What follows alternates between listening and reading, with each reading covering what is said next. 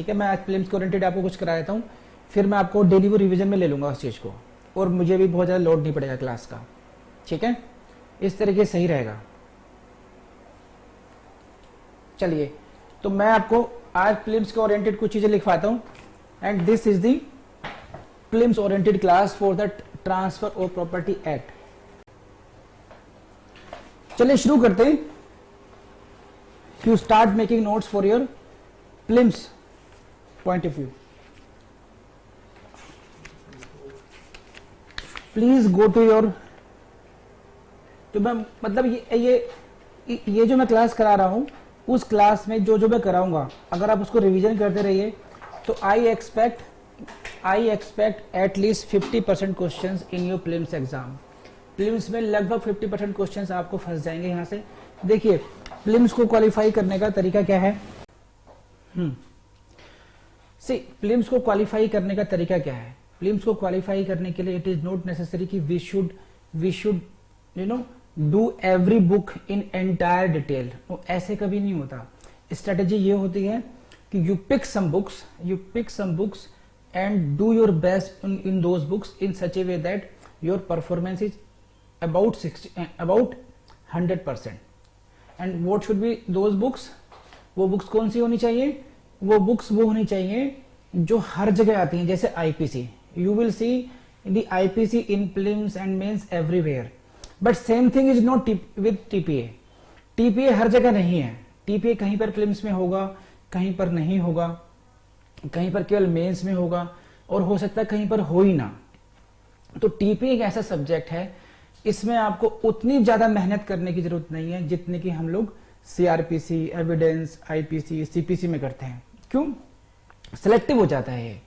हो सकता है कॉन्ट्रैक्ट भी हर जगह ना हो, लेकिन IPC, CrPC, evidence, CPC, constitution, ये बुक्स 5 बुक्स तो ऐसी हैं लगभग हर जगह मिलती हैं। तो टीपीए में सबसे अच्छा तरीका क्या है करने का? टीपीए को अगर हम प्रीलिम्स के लिए भी रेडी कर रहे हो, या टीपीए एज ए सब्जेक्ट अगर हम लोगों ने रेडी करना हो for the purpose of judicial services exams, तो कैसे करना चाहिए? We should pick the topic of mains. Mains के क्वेश्चन कहां से रेडी करने हैं? जब मेंस के क्वेश्चंस करते हैं हम लोग, तो अबाउट 50% क्वेश्चंस हमें वहां से मिल जाते हैं। एंड बिसाइड्स दैट, मेन से अलग फिर यहां के बाद में एक अप्रोच है आपकी very selective approach in other sections. जो पार्ट बच गए तो उनको बहुत सिलेक्टिव तरीके से, अलग तरीके से हमें उसको तैयार कर लेना चाहिए। तो ये बात आपको मेरे ख्याल से समझ में आ गई होगी। अब आगे बढ़ते हैं, कैसे करते हैं इसमें। फिर मैं आपको कुछ अलग बैचेस में तो समझाया था, इसमें भी समझाने की कोशिश करता हूं। देखिए, एक कहानी है मेरे पास, मैं उसी को रिपीट करता हूं। कुछ लोगों ने सुनी होगी वो, लेकिन जिन्होंने सुनी होगी उनका चलिए रिवीजन हो जाएगा। तो मैडम नीतू हैं, हालांकि she is very well to do girl, लेकिन मान लेते हैं मैडम नीतू को सब लोग जानते हैं। उनके पास एक अपनी कार है, सपोज i20 है या क्रेटा है, लेकिन अचानक सब लोगों ने देखा कि उनके पास डायमंड्स के नेकलेस आ गए हैं और BMW मर्सिडीज गाड़ी खड़ी हो गई है। एकदम ही सब कुछ बदल गया। तो शिवांशी ने पूछा कि मैडम ये क्या हुआ, अचानक कैसे हुआ? तो नीतू ने कहा कि मेरी लॉटरी लग गई। तो लॉटरी लगने का राज कैसे है, कैसे लगी लॉटरी? तो उन्होंने कहा कि मेरे सपने में मुझे 3 बार 999 लिखा मिला। 99 बार सपनों में आया मेरे, तो मैंने 3 बार को जोड़ा और इट वॉज 30। सो मैंने 30 नंबर का लॉटरी का टिकट ले लिया। तो लॉटरी का 30 का नंबर का टिकट मेरे लॉटरी लग गई। तो मेरी लॉटरी जो ये सब तुम देख रही हो BMW वगैरह, ये लॉटरी की वजह से है ये। तो शिवांशी ने कहा मैडम बेवकूफ है आप तो, 9 + 9 + 9 तो 27 होता है, 30 का टिकट क्यों लिया? कहने वो तो होगी बेवकूफ, मेरी तो लॉटरी लग गई। अब ये कैसे लगी मुझे नहीं पता, मेरे लिए 999 30 ही था, लॉटरी लग गई। तो कई बार हमें मतलब होता है लॉटरी लगने से, वो लॉजिकली कितना सही है कितना गलत है, साइंटिफिकली कितना सही है, उससे हम मतलब नहीं होता हर जगह। और यही है जुडिशियल सर्विस की तैयारी। आप हर जगह बहुत एक स्ट्रेट फॉरवर्ड फॉर्मूले से नहीं पढ़ सकते। अगर आप ऐसे करेंगे तो विद्वान बन सकते हैं, हो सकता है एग्जाम क्वालिफाई ना हो, विद्वान बन सकते हैं, और हो सकता है बहुत ज्यादा विद्वान बन जाए तो डिस्टिंग्विश ज्यूरिसी कैटेगरी में आ जाए, तो हो सकता है आप सुप्रीम कोर्ट के जज बन जाएं एक टाइम पर। लेकिन बीसीएसजे या एचजेस नहीं क्वालिफाई कर सकते, जिसके लिए कंपटीशन एग्जाम होता है। तो उसका तरीका ये है कि आप एज पर नीड, आप सब्जेक्ट के अकॉर्डिंगली, एग्जाम के अकॉर्डिंगली, स्टेट के अकॉर्डिंगली अपनी स्ट्रेटेजी को चेंज करें। और now I am going to deal the TPA in the same way. So don't apply your logics कि कैसे होना चाहिए था, कैसे नहीं होना चाहिए था। एक या दो क्लास हमारी केवल only and only prelims oriented रहेगी। इससे आपका भला ये होगा कि एटलीस्ट आप प्रीलिम्स के नजदीक पहुंच जाएंगे, उस तरीके से करेंगे तो। ठीक है, सो मैं आपको टॉपिक्स भी लिखवा देता हूं, कौन कौन से में टॉपिक्स करने चाहिए, मेंस में कवर होंगे, डिटेल में करने चाहिए, और कौन कौन से टॉपिक्स ऐसे हैं जो प्रीलिम्स के तो लिखवाऊंगा ही मैं भी। So let's start this now, you please keep writing. Go to the screen, see this. Mains के पॉइंट ऑफ व्यू से आपको कौन कौन से टॉपिक्स करने हैं, मेंस के पॉइंट ऑफ व्यू से, from where you can pick the questions of prelims as well, जो मैंने बताया आपको। So to start with you can short note के रूप में, शॉर्ट नोट्स में आपको सेक्शन 3 शॉर्ट नोट्स के पॉइंट ऑफ व्यू से you should prepare the immovable property,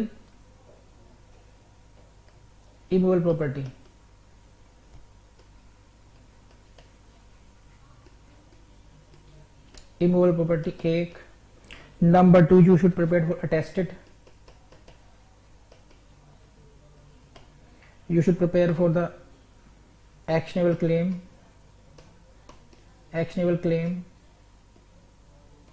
You should prepare notice. Okay, these are the two topics from section number 3 for short notice. For means these are the topics which you should prepare for your mains. Then you should go for section 5, section 6. Section 6 एक ऐसा topic है which is very lengthy and very there are so many sub points. So therefore you should be very conscious for this, and you should make special short notes as well, and keep revising this, because here otherwise you can lose the marks. So section 6 is very important for your mains exams, which properties can be transferred and which properties cannot be transferred. This is section 6, and after that you can directly go to section 13. Transfer for benefit of unborn person. Then very important rule against perpetuity.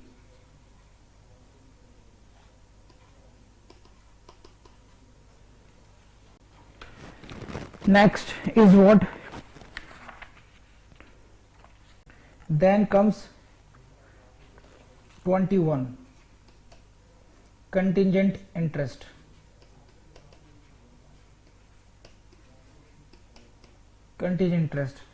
And thereafter important topic for your mains is section 35, doctrine of election. Then comes 41, transfer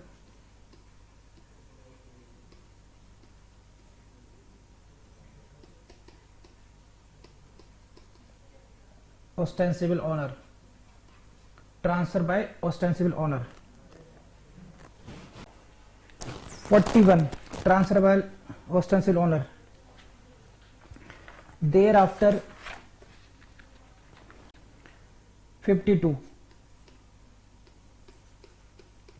doctrine of lis pendens. Then 53,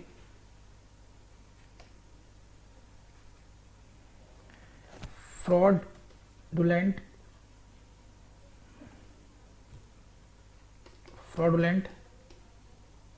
transfer, then 53A part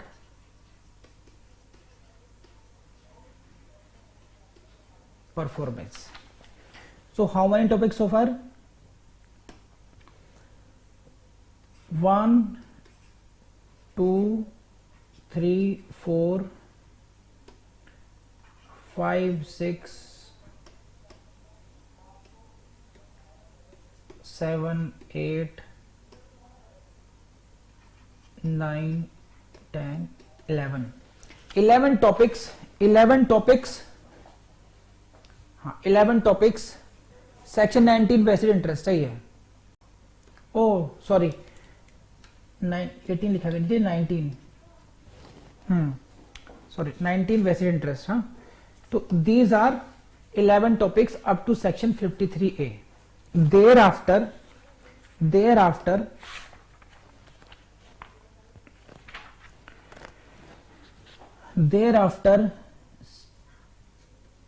chapter of sale, you will have to do it. Within that you will have to do that actually. Sale, यहां पर हम लोग बहुत ज्यादा we are not in the liberty. 57 mortgage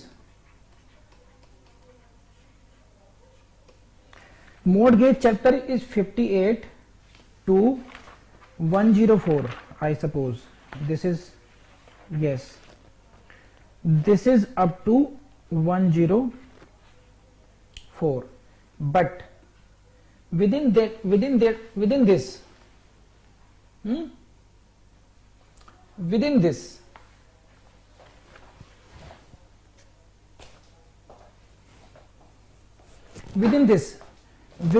more you need not to do all the sections.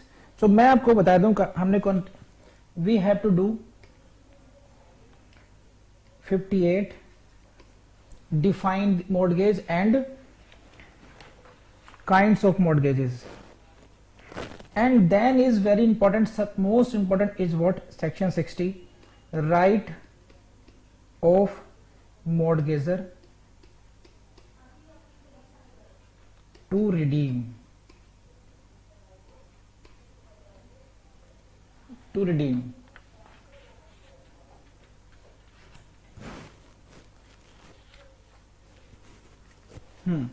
So this is chapter. See, if you start doing all the sections 58 to 104, it will be very difficult for you to cope up with the TPA. So please adopt this strategy and I promise you, you will qualify the exam. यहां से आप करेंगे, मैं mortgage में लिखवाया था, very selective करना है आप लोगों ने. सेक्शन 60 करना है, इसी में इक्विटी ऑफ रिडेम्पशन आ जाएगा, इसी में आपका आ जाएगा इक्विटी ऑफ रिडेम्पशन. सही है. इसमें इसी में जैसे मॉर्टगेज की अगर मैं बात करूं, मैं please keep writing. With in mortgage की बात करूं मैं, mortgage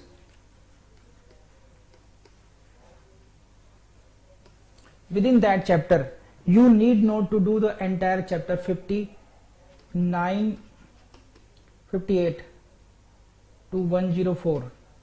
You need not to do all the sections for this, you just go for this 58 to number 1. 58 क्या करना है? define mortgage. number 2, kinds of mortgage, and then comes the most important question from section 60. This is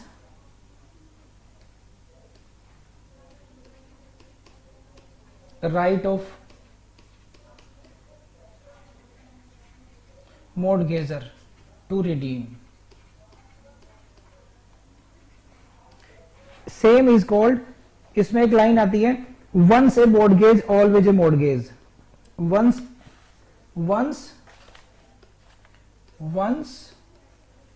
A mortgage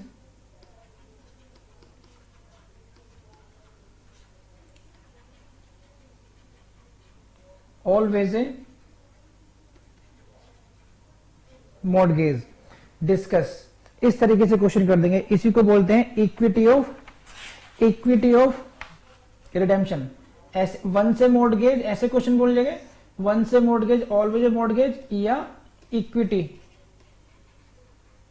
equity of redemption. And thereafter you will have to go, कुछ नहीं करना, इसके बाद में आप सब जंप कर दीजिए, कोई दिक्कत नहीं है। इक्विटी ऑफ रिडेम्पशन के साथ साथ आपको करना पड़ता है right of the mortgagee 67, third point, section 67, right of mortgagee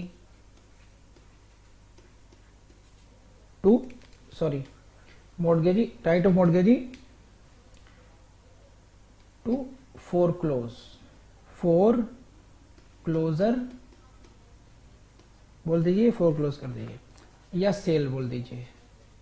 ये तो सेक्शन 60 एंड 67 का एक कॉम्बिनेशन है एक्चुअली, वहां से क्वेश्चन बनता है एक साथ ये, ठीक। Thereafter you should go to 67 के बाद में, within that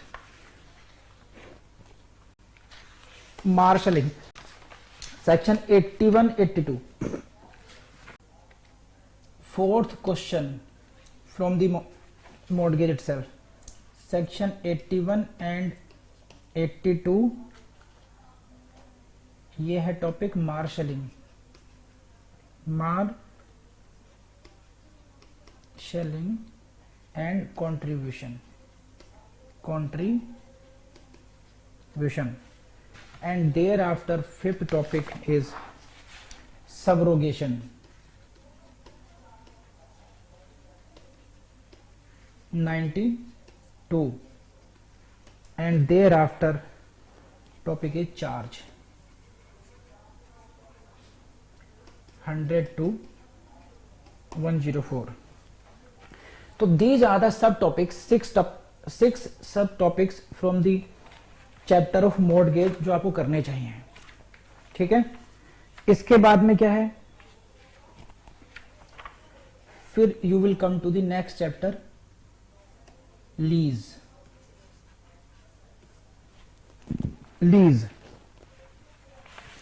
that is what 105। So यहीं से क्वेश्चन आएगा 105 से,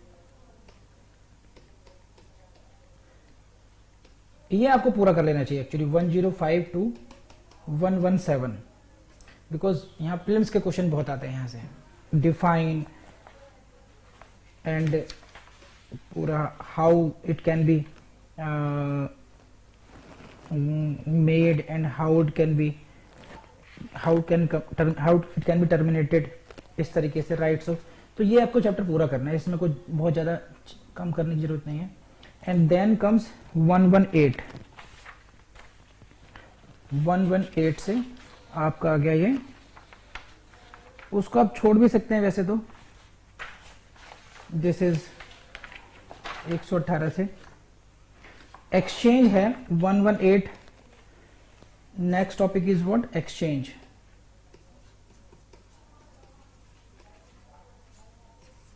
सो यू कैन लीव इट, ये प्रीलिम्स के लिए पढ़ेंगे हम लोग बस।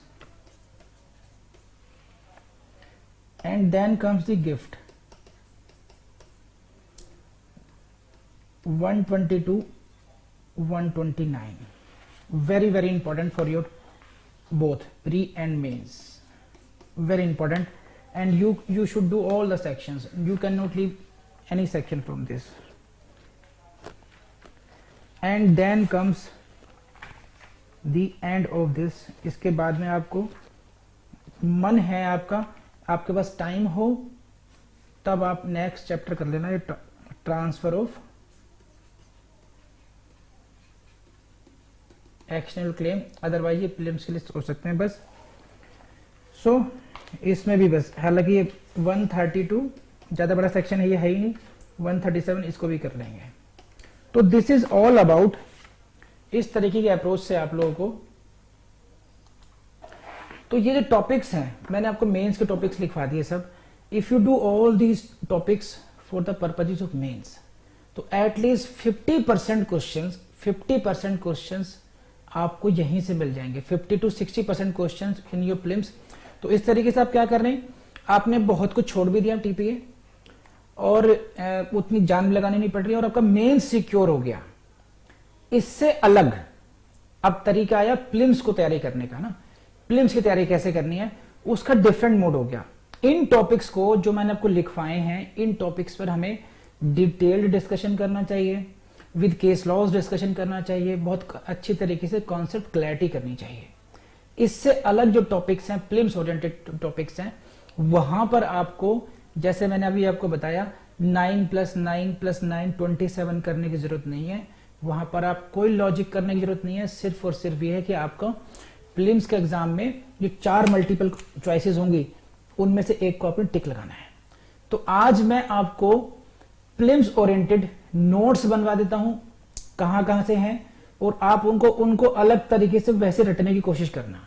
कि जब हम मेंस ओरिएंटेड डिस्कशन करना शुरू करेंगे, वो तो क्लासेस चलती ही रहेंगी, आने वाले कम से कम 2-3 महीने हम लोग टीपीए पे ही मेहनत करने वाले हैं इस क्लास में, मॉर्निंग बैच में इसमें। लेकिन आपका ये कि अगर आपको कोई एग्जाम आता है बहुत जल्दी, तो टीपीए से आपकी हिम्मत टूटेगी नहीं। तो we will start now TPA for prelims. लिखिए फटाफट। आज के मैं आपको कुछ पॉइंट्स ऐसे लिखवा देता हूं जिसमें आपको, जो आपको डेली रटने ही रटने हैं अलग से, ठीक है। तो 20 to 25 पॉइंट्स मैं आपको लिखवाता हूं, जहां से आपके प्रीलिम्स से क्वेश्चन आने वो आपने करने हैं। नंबर 1 लिखिए, बल्कि इसलिए लिखिए, डेट, क्या बोलेंगे, on record I am saying TPA will be your most favourite and most easiest close to heart subject होगा, बशर्ते आपने वैसे मेहनत की तब, जैसे मैं करवा रहा हूं। तो कुछ पॉइंट्स रटने के लिए, जिसका टेस्ट कल ही होगा आप लोगों का, ठीक है। स्टार्ट कीजिए। Date of enactment of the TPA is what? 17th February 1882. This is what? Date of enactment. पहला क्वेश्चन आपको यहीं से आएगा, डेट ऑफ इनैक्टमेंट क्या है, ठीक है। Thereafter date of enforcement, that is what? 1 जुलाई 1882। 1882 आपके पास बेर एक्ट है ना, उस पर निशान लगा लीजिए फटाफट। सेक्शन 1 पर आइए, सेक्शन 1 पर है ना। दिस एक्ट में be called the transfer of property act 1882। यहां पर क्वेश्चन लगाइए निशान, यहां से क्वेश्चन आएगा, it shall come into force on the 1st day of July 1882। देखिए स्लाइड्स नहीं दिखा रहा हूं, उसमें टाइम वेस्ट होगा। विद इन 10 मिनट्स में ये आपको कम से कम एक क्वेश्चन आपका पूरा हो जाएगा अभी, तो निशान लगाते जाइए आपका। It shall come into force on 1st day of July 1882। यहां से क्वेश्चन आएगा कब? 3rd क्वेश्चन। एंड अगेन एक्सटेंड्स पर, it extends in the first instance to the whole of India except this territories. तो आपको जिन टेरिटरीज में, except the territories which immediately were before 1st November 1956 comprise in part B और state of Bombay, Punjab, Delhi. तो कहां कहां पर नहीं होगा, यहां से क्वेश्चन पूछा जाता है आपसे प्रीलिम्स में। तो प्लीज हाईलाइट कर लीजिए इस बात को कि कहां कहां पर नहीं होगा। देखिए कुछ लोग हो सकता है अगर डेमो ले रहे हो आज, मैं उनको थोड़ा क्लियर कर दूं, है ना। ये इन सभी सेक्शंस में मैंने बहुत डिटेल्ड में आपको वीडियोस दे रखे हैं, है ना। आने वाले क्लासेस में सब इन पर डिस्कशन हो भी जाएगा, लेकिन अभी के 10 minute only and only for the purpose of your prelims purposes हैं कि कहां कहां से आपको कम से कम कुछ पार्ट आपका प्रीलिम्स के लिए अच्छा होता रहे, ओनली फॉर प्रीलिम्स। तो डोंट एक्सपेक्ट कि मैं यहां पे समझाऊंगा आपको, सिर्फ अभी यहां पर ये कहां कहां से क्वेश्चन आएगा और आपने रटना है इस तरीके से, ठीक है। नाउ यहां से आ जाइए, बाहर आ जाइए सेक्शन 1 से। अब मोटा मोटा सेक्शन 2 में जाइए। आप सेक्शन 2 का लास्ट लाइन इसको हाईलाइट कर लीजिए। Nothing in the second chapter of this act shall be deemed to affect any rule of Mohammedan law. यहीं से क्वेश्चन आता है कि मॉमडन लॉ की एप्लीकेशन के संबंध में रूल क्या है। तो second, nothing in the second chapter shall be deemed to affect any rule of Mohammedan law means what, Mohammedan law और second chapter, Mohammedan, if there is an inconsistency between the Momdon law and the second chapter, then the Momdon law shall prevail over this. Muslim law will prevail over this. तो मुस्लिम law के बारे में जो ये ध्यान रखना, मुस्लिम law पे concept based question आता है। मुस्लिम लॉ में ये नहीं है कि TPA will not be applicable on Muslims at all, बिल्कुल होगा ही नहीं, ऐसा नहीं है कि उनके लिए ट्रांसफर प्रॉपर्टी किसी अलग तरीके से चलेगी। सिर्फ ये है जो सेकंड चैप्टर है उसमें और मुस्लिम लॉ में अगर कहीं इनकंसिस्टेंसी होती है then Muslim law will prevail. Otherwise sale of immovable property जैसे होगी, वो सेल का चैप्टर हुआ, मॉर्गेज हुआ, लीज हुआ, all these chapter shall be equally applicable upon Muslims as well. केवल गिफ्ट के बारे में, गिफ्ट के बारे में हिबा के रूल्स अप्लाई होंगे, not the chapter of gift, जो हम लोग डिस्कस भी कर चुके हैं पहले। तो ध्यान रखेंगे, यहां से प्रीलिम्स से क्वेश्चन आएगा आपका। Next, now this is the interpretation clause section 3 and now you need to understand the question। यहां पे क्या आएगा देखो, हाईलाइट कर लीजिए, immovable property, highlight instrument attested registered attached to earth actionable claim. Fifth में, सेवंथ में, a person is said to have notice. ये 7 पॉइंट्स हो गए इसमें, 7 पॉइंट्स। एंड इन 7 पॉइंट्स में सेक्शन 3 में से आपने सेक्शन 3 को जबरदस्त तरीके से पढ़ लिया। क्वेश्चन कहां से आया, which of the following is not explained और डिफाइंड अंडर सेक्शन 3।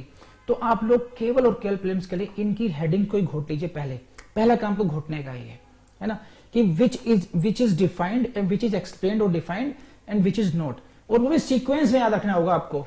सेक्शन 3 में जितने भी ये पॉइंट्स हैं, जैसे आपका ये इमूवेबल प्रॉपर्टी हुआ, इंस्ट्रूमेंट हुआ, तो सबसे पहले क्या डिफाइन किया गया है, उसके बाद में क्या डिफाइन है, उसके बाद में क्या है, उस तरीके सीक्वेंस में याद रखेंगे आप लोग, तब जाके आप प्रीलिम्स से क्वेश्चन करेंगे आप ये, ठीक है। Next, very important for your prelims section 4, the chapters and sections of this act which relate to contracts shall be taken as part of the Indian contract act, ठीक है। Indian contract act, the chapters and sections of this act which relate to the contracts, समझिए। तो this is what, which section 4 very important for your prelims, not important for your mains। applicability of the Indian Contract Act in the TPA। तो जितना जहां भी contract की बात करेंगे, he contracts to sell, he agrees to sell, तो where all जितने भी लॉज हैं, जितने भी रूल्स हैं इंडियन कॉन्ट्रैक्ट एक्ट के, वो सब एप्लीकेबल हो जाएंगे। Means free consent, capacity to contract, voidable, वो सारे कॉन्सेप्ट जो हम लोग इंडियन कॉन्ट्रैक्ट में पढ़ते हैं वो सब अप्लाई हो जाएंगे। कौन सा सेक्शन है, सेक्शन 4 है, यहां से प्रीलिम्स से क्वेश्चन आएगा। Now come to section 5, please section 5, this is section 5, very important. मैं मेंस के लिए बता ही चुका, प्रीलिम्स के लिए देखते हैं इसमें क्या आएगा। तो पहला क्वेश्चन क्या आएगा, where is transfer of property defined, कहां पर ट्रांसफर ऑफ प्रॉपर्टी डिफाइंड है। और सबसे खास बात जो है इसमें ये है,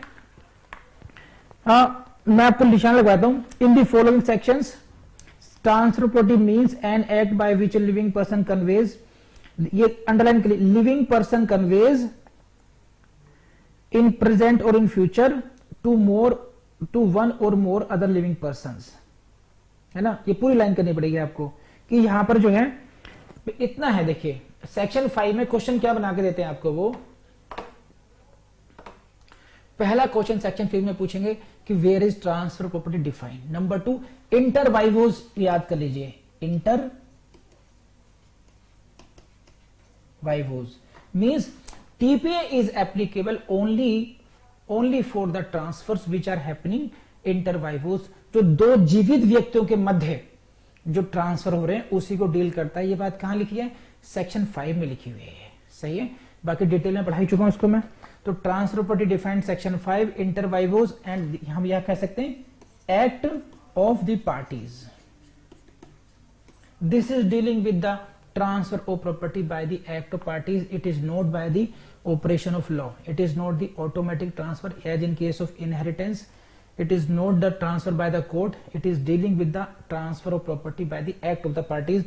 Inter vivos बोलते हैं इसको. यहां से क्वेश्चन आएगा आपका. And now comes section 6. सभी बस सब एक तरफ और ये एक तरफ. सेक्शन 6 में जो प्रॉपर्टी ए से लेकर के आई तक,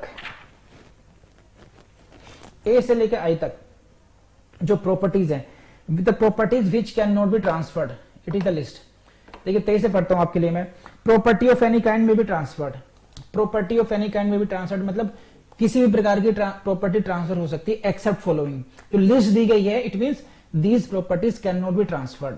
सो you need to remember, make the list out of following properties which can not be transferred. 1 2 3 4 5 10 जितने भी हैं इनको घोट लीजिए. मेंस में भी काम आएंगे, बाद में लिखवा चुका हूं, मेंस के लिए इंपॉर्टेंट है. और प्रीलिम्स में क्वेश्चन पूछते हैं which out of following property can not be transferred. 1 A B C all of the above, none of the above, इस तरीके से रटी होनी चाहिए आपको ये. Section 7 persons competent to contract. Which section deals, section पूछ लेंगे आपसे, which section deals with the person competent to contract. बस पढ़ लीजिए इसको अपने आप ही. ऑपरेशन ऑफ ट्रांसफर सेक्शन 8 से, इसकी हेडिंग से क्वेश्चन पूछ सकते हैं आपसे. सेक्शन 9 इंपॉर्टेंट है. Section 9 oral transfer. A transfer of property may be made without writing in every case in which writing is not expressly required by law. Highlight कर लीजिए, in writing is not expressly required by law. A transfer property may be made without writing. समझे? तो इससे question आता है कि oral transfer कि whether TPA deals with the oral transfer or not. Answer is yes. Whenever writing is required, law will have to provide specifically yes, this transfer can be made only through written instrument. अगर ये नहीं लिखा हुआ है it means oral transfer हो सकता है. ये बात कहां लिखी गई है? Section number 9. तो यहां से आपसे पूछ लेंगे आपसे ये, ठीक. एंड देयर आफ्टर जो बहुत फेवरेट क्वेश्चन है 13 से क्वेश्चन आता है. सेक्शन से पूछते हैं कई बार, सेक्शन से कि विच section deals with the transfer for the benefit of unborn person. तो ये मोटा मोटा क्वेश्चन पूछते हैं. अंदर से घुस के मैं पढ़ा चुका हूं आपको बहुत डिटेल में, कम से कम 2 घंटे का लेक्चर है मेरे ख्याल सेक्शन 13 पर ही है ना, बहुत डिटेल में है. लेकिन क्वेश्चन आपको क्योंकि मेंस के लिए करेंगे तो वहां से क्वेश्चन बनेंगे, ये बनने होंगे. लेकिन ओनली प्रीलिम्स के लिए करना है, बहुत डिटेल में नहीं पढ़ना है. तो आपको ये हेडिंग रटी होनी चाहिए. This is what transfer for the benefit of unborn person. And इसी तरीके से आर्टिकल कह रहा हूं section 14 this is rule against perpetuity कहां पे दिया गया है, इतना कर लीजिए बस. Now come to section 19 as well. Vested interest कहां डिफाइंड है? वेस्टेड इंटरेस्ट कहां डिफाइंड है? कंटिंजेंट इंटरेस्ट सेक्शन 21 कहां डिफाइंड है? 25 कंडीशनल ट्रांसफर कहां पर है? एक केस का नाम लिख लीजिए, मोहम्मद अफजल. मोहम्मद अफजल वर्सेस गुलाम कासिम. मैं आपको ऐसा करूंगा, मैं आपको केस की लिस्ट आपको अलग से दूंगा पूरे, जहां जहां से डायरेक्ट वहीं से क्वेश्चन आएंगे उस केस की लिस्ट को रट लेना बस. ये कहां पर थे हम लोग? Doctrine of election. And then comes the वही बात section 41 ostensible owner. And then 3 most important 52, 53, 53A. 52 में क्या है? Doctrine of lis pendens. 53 में फ्रॉडुलेंट ट्रांसफर एंड 53A में पार्ट परफॉर्मेंस. ठीक है, तो हो गए 20. तो these are 20 most important points, 20 most important points of TPA. और आप मैं गारंटी देता हूं 21 हो गए, इतने आप कर लीजिए और किसी भी प्रीवियस ईयर से क्वेश्चन में चले जाइए, उसमें केवल 2-3 क्वेश्चन बचे हैं, doctrine of election, ostensible owner, lis pendens, और ये जो है 4-5 है, इनके लीडिंग केसेस, मतलब 8-10 लीडिंग केसेस हैं, वो उसकी लिस्ट आपको देनी है। बस उतना कर लीजिए। इस 1 घंटे की क्लास के बाद में आप इतने काबिल हो चुके हैं कि टीपीए में अगर 15 क्वेश्चन आने हैं, 15 में से लगभग 3 क्वेश्चन, यानी कि हुआ 20% आज आप कर चुके हैं। ठीक, तो बताइए कैसा रहा।